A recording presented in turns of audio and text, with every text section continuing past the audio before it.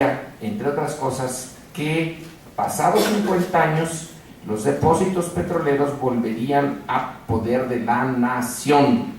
Se quita ese límite, ya no hay límite. Tiene nada más que hacer demostrar, en fin, con sus papeles, que son los dueños de esos depósitos, y el gobierno mexicano lo único que puede hacer, y eso sí lo acepta Morro, no las compañías, es cambiar los derechos adquiridos, los documentos que tenían de porfiriato, por concesiones que les va a dar el gobierno federal. Nada más eso. Eso no lo querían aceptar. Hasta eso se pusieron. Pero Washington, tolerante, buena gente, dice sí, con eso estamos ya de acuerdo y ya no hay problema. Ese acuerdo Calles-Morro tiene muchas implicaciones, no nada más para el petróleo, sino para toda la política mexicana, porque Morro apoya a Calles en su lucha contra la Iglesia Católica. Morro en realidad apoya al nuevo régimen por primera vez, le da legitimidad desde la óptica de Washington al régimen de la Revolución Mexicana, y desde entonces hasta el día de hoy Washington no ha vuelto a cuestionar la legitimidad del régimen mexicano ni de sus gobiernos. Se llega a la siguiente etapa, que es la expropiación. La expropiación se hace dejando a un lado quién tiene qué derechos sobre el petróleo según las leyes del porfiriato o según la nueva constitución, a un lado. Cárdenas va por otro camino, abre otra puerta que nadie había abierto, y que es la del conflicto obrero-patronal, la del nuevo sindicato, ese que ahora es un problema. Se creó entonces como una fórmula para unir a todos los sindicatitos de la industria petrolera en uno solo, en el Sindicato Nacional de Trabajadores Petroleros de la República Mexicana. Al poner el contrato colectivo a discusión, las empresas dicen no, las autoridades del trabajo dicen sí, las empresas dicen no, y se toma la decisión de expropiar. Es una decisión que no se pensó con mucha antelación, aunque algo debió de haber tenido en mente el general Cárdenas, cuando en 36 pasa una ley de expropiación que permite el pago diferido por lo expropiado a 10 años.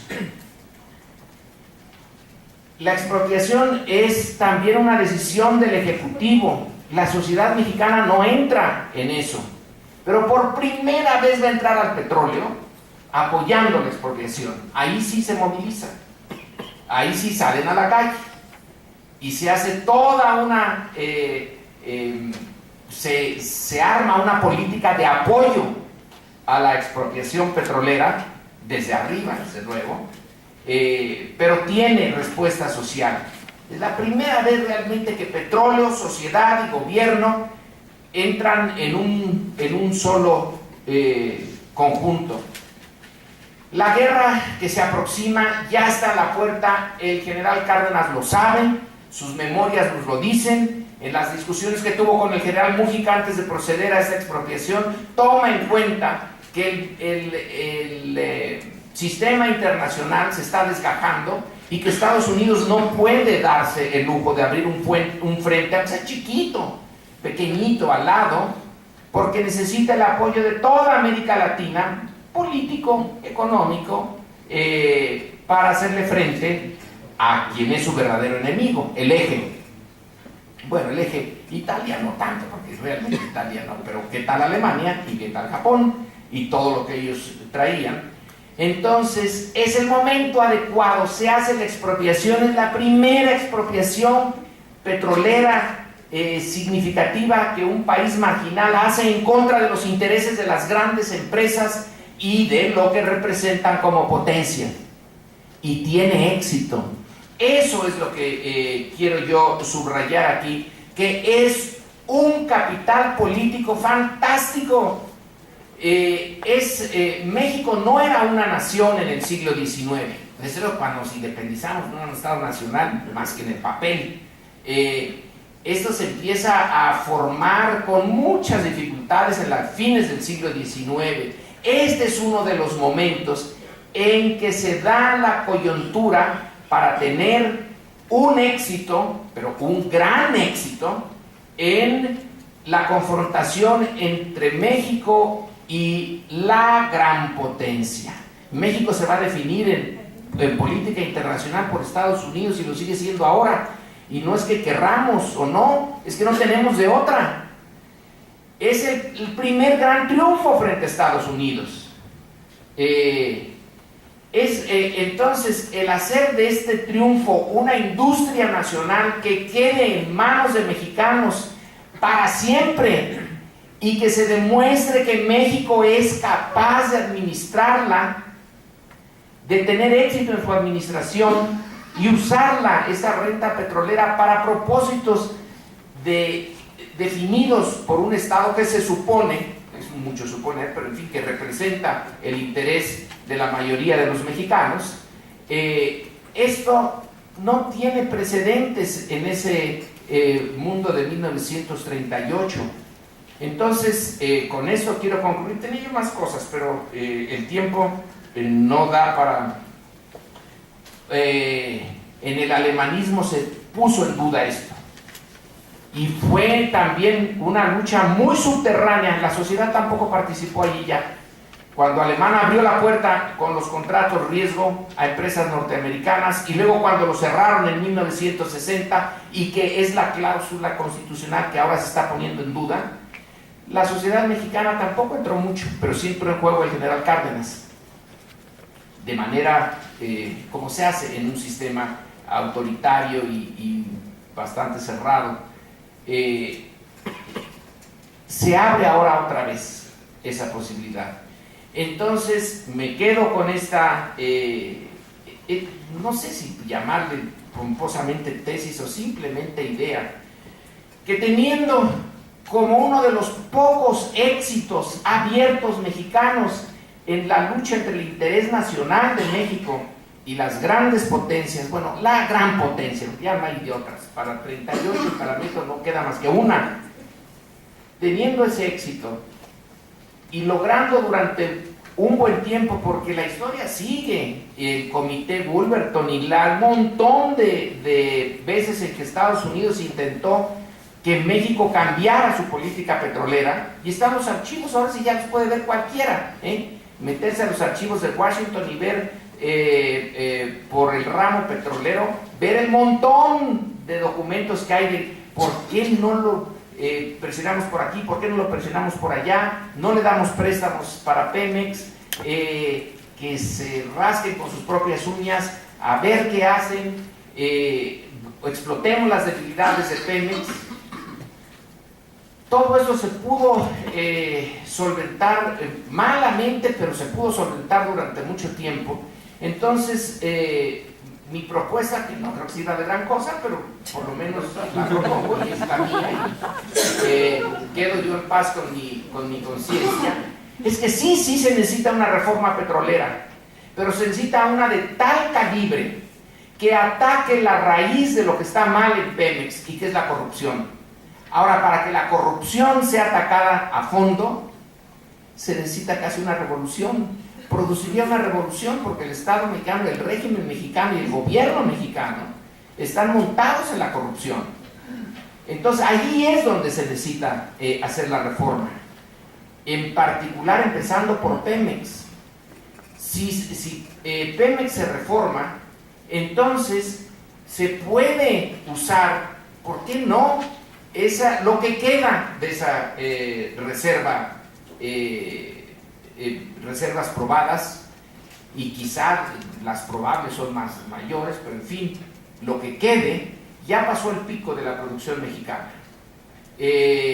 La ley de, siempre se me olvida el nombre del personaje, del científico norteamericano que la puso, cuando la producción de un país llega a su pico y empieza a descender, en términos históricos en todo el mundo, es que ya se terminó la mejor parte de su época petrolera, ya terminó la mexicana. Entonces ahora hay que guardarlo mucho mejor, no exportar el petróleo, usarlo para nosotros, para nada más para nosotros, o la transformación aquí en México, no en Deer Park, en Estados Unidos, que es donde se manda ahora una buena parte de ese petróleo a refinar porque sale más barato. Allí está la reforma petrolera que se necesita y es un reto enorme. Si alguien desde el gobierno quiere retos, que lo haga allí, porque lo que se propone ahora al cambiar la letra de la Constitución y abrir la posibilidad de que vuelvan los que estaban antes, es trasladar el tema de la corrupción a otro plano, no resolverlo, sino transferirlo. Claro que en la transferencia alguien va a salir ganando, porque no hay privatización inocente. Eso lo vemos desde la Unión Soviética hasta nosotros. ¿Para qué tenemos que ir tan lejos? Todas las privatizaciones han tenido, justamente por la corrupción, una parte negrísima. Una parte de la élite política se ha beneficiado enormemente de las privatizaciones, pero el interés general yo no veo que se haya beneficiado mucho. Entonces, en este aspecto, no es la telefonía, no son los bancos, es algo mucho más profundo. Mi propuesta es repensar la reforma petrolera y recapturar este capital histórico, digamos que darle una nueva vida y tener en eso, en una industria petrolera mexicana, la concreción de la capacidad de México para poder gobernarse, autodefinir su destino, no tener que estar necesitando de alguien externo para poder llevar a buen puerto esta industria. Sería un motivo de orgullo colectivo y que lo necesitamos. Y con esto termino, porque ¿de qué otra manera podemos estar orgullosos de del país real que tenemos? Estoy en el Instituto de Investigaciones Jurídicas, pero de su sistema jurídico y del nivel de su justicia, no. De la calidad de su educación, no. De la eficacia de su gobierno, no. ¿De qué? ¿De qué? Alguien me propuso, deja el petróleo y ponte en nuestra cultura. Bueno, sí, las enchiladas y los lugares, etcétera, pero de algo más sustantivo, de decir, esta industria nos costó, hubo momentos de gran peligro, tuvimos éxito. El otro éxito, el del 5 de mayo. Bueno, pero en realidad la guerra se perdió contra los franceses, no le ganamos a los franceses. Se disolvió luego el ejército y quien la ganó fueron las guerrillas, no tanto el Estado, sino un Estado que ya no existía y una sociedad convertida en guerrilla. Pero esto sí lo ganó el Estado de la Revolución Mexicana. Entonces, ¿por qué decir, bueno, esto ya es historia? Ahora que venga ExxonMobil, British Petroleum y ellos, que nos pasen una partecita para que Videgaray siga teniendo con qué pagar lo que tiene que pagar. Y el futuro, bueno, el futuro, pues ya veremos. Creo que se puede reformular este pasado histórico, o se puede echar realmente a la historia, que ya no tiene mucho sentido, que ya pasó. Creo que estamos en esa disyuntiva, además de muchas otras. Muchas gracias.